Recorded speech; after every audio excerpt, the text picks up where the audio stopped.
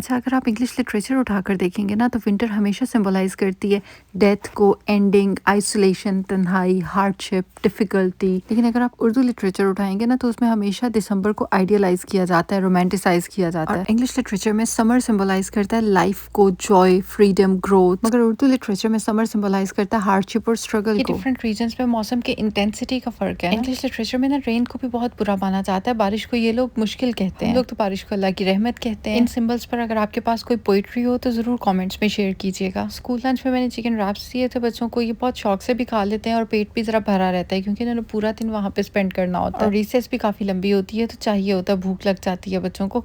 ये पास्ता मैंने रात को बना के रख लिया था और ये बहुत ही मजे का बनता है, बच्चे रामेन नूडल्स भूल जाएंगे। मैंने 2 तरह की पास्ता शेप इसमें यूज की है, आप नूडल्स के साथ भी इसको बना सकते हैं, लेकिन मैंने ये बो पास्ता और पेनी पास्ता यूज किया। अच्छा, अगर आप शेप्स मिक्स कर रहे हैं ना तो आपने ये ख्याल रखना है कि दोनों का कुकिंग टाइम सेम होना चाहिए, वरना हो सकता है कि एक तरह का पास्ता कच्चा रह जाए, दूसरी तरह का जो है वो पक 90% तक कुक कर लेना है और एक्स्ट्रा पानी फेंक देना है, आधा कप पानी आपने इसके अंदर ही रहने देना है। इस तरह आपने सॉसेस मिक्स करके रख लेनी है, मैंने ऊपर मेंशन कर दी है मैंने कौन सी सॉसेस यूज की है। अच्छा, टोमेटो प्यूरी बनाने के लिए ना आपने 3-4 टमाटर लेके एक प्याज के साथ उनको बॉईल करके अच्छी तरह से ब्लेंड कर लेना है। स्पाइसेस भी मैंने सारे लिख दिए हैं, आपने अनियन पाउडर नहीं भूलना, अनियन पाउडर से बहुत अच्छा फ्लेवर आता है। काइन पेपर की जगह आप पेपरिका या लाल मिर्च भी डाल सकते हैं, लेकिन काइन पेपर का एक अपना फ्लेवर होता है। बस आपने थोड़ा सा ऑयल लेना है, उसके अंदर डाल के आपने 2 से 3 मिनट के लिए इसको कुक करना है हाई फ्लेम पर और अपने पास्ता में ऐड कर देना है। पास्ता में याद रहे आपने पानी छोड़ा हुआ है क्योंकि वो 10% अभी कच्चा है। फिर आपने हल्की आग पे इसको कवर करके रख देना है, 10 मिनट के लिए आप रखते हैं या जितना आपका पास्ता कच्चा है उतनी देर के लिए रखते हैं। अच्छा, मैंने इसको फुल ड्राई नहीं किया है, आप चाहें तो आप इसको और ड्राई कर सकते हैं, लेकिन इस तरह से ये ज्यादा मजे का लगता है।